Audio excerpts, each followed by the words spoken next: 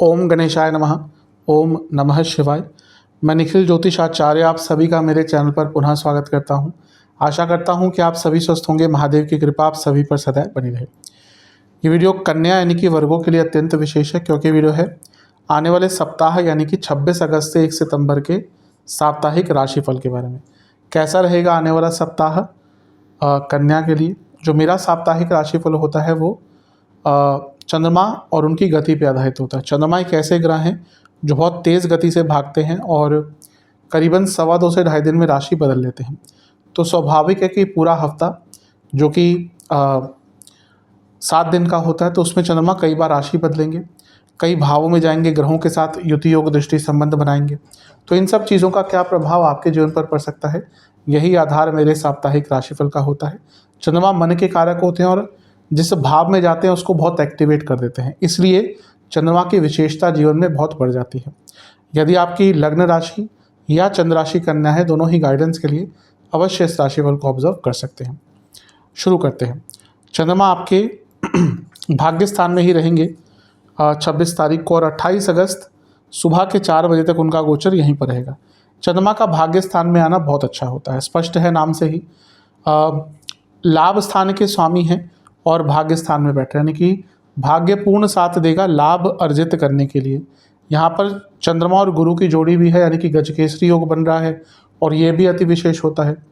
अब गुरु जो है वो आपके चौथे भाव के स्वामी हैं और सप्तम भाव के स्वामी हैं, और चंद्रमा क्या है, आपके लाभ स्थान के स्वामी हैं, यानी कि घर में लाभ आएगा, प्रॉपर्टी से लाभ आएगा, प्रॉपर्टी खरीदने के लिए, बेचने के लिए अच्छा समय है।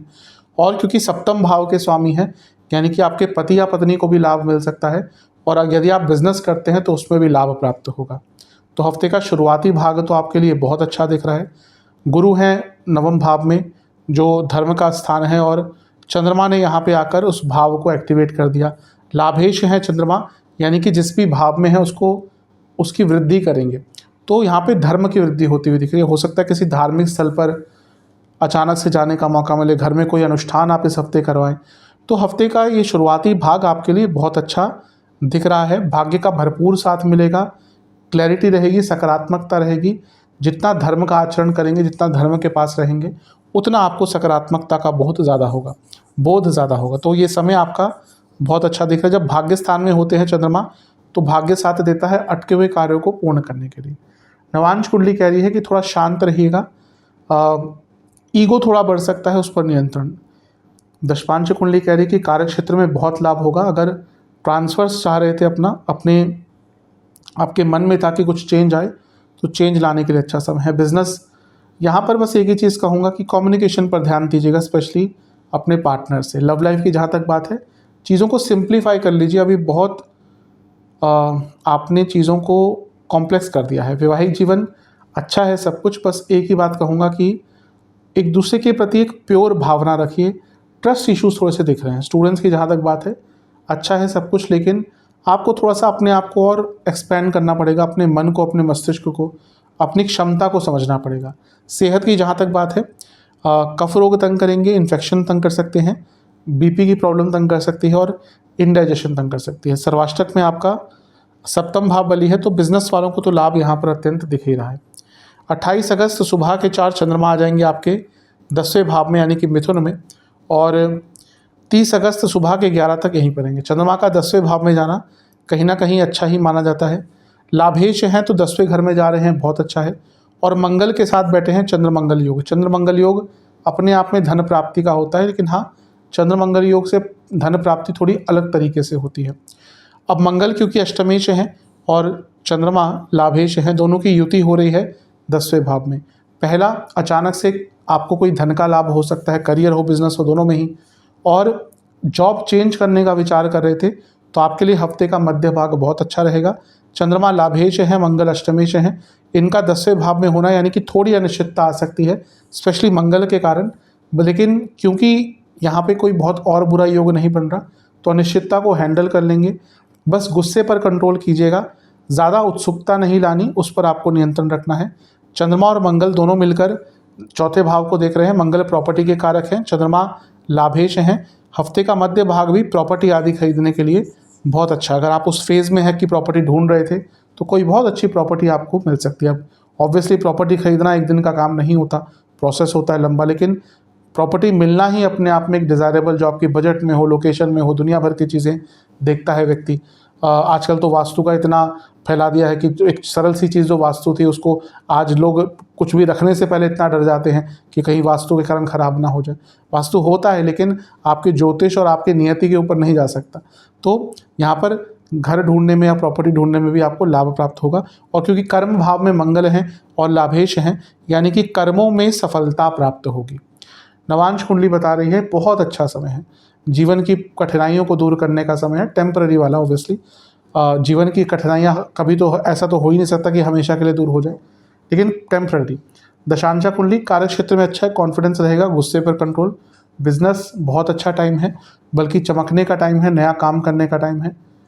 आपका कोई प्रोडक्ट सर्विस है, उसको नाम पहचान मिल सकती है। लव लाइफ, अगर कोई प्रॉब्लम चल रही है तो उसको सॉल्व कीजिए, इसमें इनिशिएटिव आपको लेना पड़ेगा। वैवाहिक जीवन बड़ा सोचिए, बहुत सीमित सोच हो गई है, जिसके कारण नैरो माइंडेड हो गए हैं, जिसके कारण प्रॉब्लम बढ़ रही है। जहाँ तक स्टूडेंट्स की बात है, बहुत अच्छा समय है।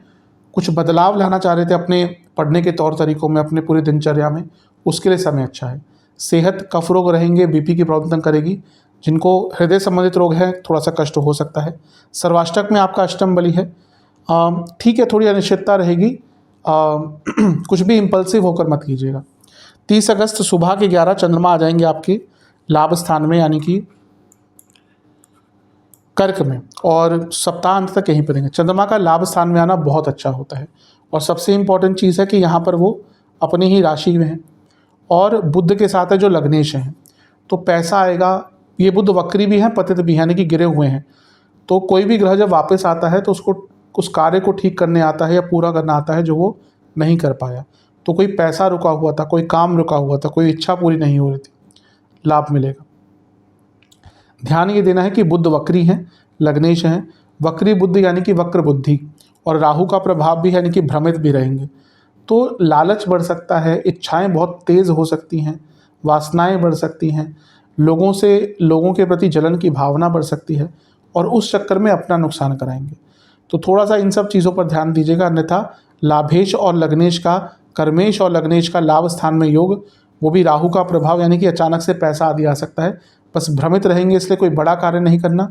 वक्री बुद्ध हैं, बुद्धि का उपयोग ढंग से नहीं कर पाएंगे, डिसीजन मेकिंग खराब रहेगी, इसलिए कुछ नया करने से, गलत संगत में पड़ने से, गलत लोगों की बातों में आने से अपने आप को दूर रखिएगा।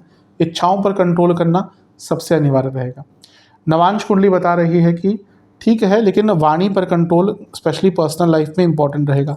दशमांश कुंडली बता रही है कि अच्छा समय है, कार्य क्षेत्र में कुछ नया कार्य करने का अवसर मिलेगा, कोई नई रिस्पॉन्सिबिलिटी आपको दी जा सकती है। बिजनेस बहुत अच्छा समय है, बहुत अच्छा, पैसा भी आएगा, नए मौके भी मिलेंगे। लव लाइफ की जहाँ तक बात है, बस एक ही चीज़ मैं कहूँगा कि थोड़ा सा शांत रहिएगा, अपनी इच्छाओं को थोपिएगा मत अपने पार्टनर पर। वैवाहिक जीवन अच्छा है, चीज़ें यहाँ पर भी ठीक दिख रही हैं, बल्कि एक मैच्योरिटी का लेवल यहाँ पर दिख रहा है। जहाँ तक स्टूडेंट्स की बात है, आप समझ नहीं पा रहे कि अभी जीवन में चल क्या रहा है, या फिर परिस्थितियाँ कैसी हैं। थोड़ा सा आप कहीं ना कहीं अनप्रैक्टिकलिटी की तरफ जा रहे हैं, तो हफ्ते के अंत में उस पर ध्यान देना पड़ेगा। सेहत के अनुसार आपको स्किन डिसऑर्डर, गले के रोग, थायराइड संबंधित रोग तंग कर सकते हैं। सर्वाष्टक में आपका अष्टम भाव अत्यंत बली है, ये बता रहा है कि हफ्ते के अंत में अचानक से बड़ा पैसा आएगा, क्योंकि अष्टम भाव और बली है, और लाभ स्थान में चंद्रमा स्वराशि के हैं और लग्नेश के साथ हैं। बड़ा कोई अमाउंट, बड़ा धन लाभ हफ्ते के अंत में हो सकता है। उपाय के स्वरूप में गणपति जी को दुर्वा अर्पण करें, 4 लड्डुओं का भोग लगाएं, 1 प्रकार के फल का भोग लगाकर ओम एक दंताय नमः मंत्र का जाप करें। आशा करता हूं कि वीडियो काम आएगा। चैनल पर नए हैं, सब्सक्राइब कीजिए, वीडियो को लाइक कीजिए। मिलता हूं अगली वीडियो में, तब तक के लिए ओम नमः शिवाय।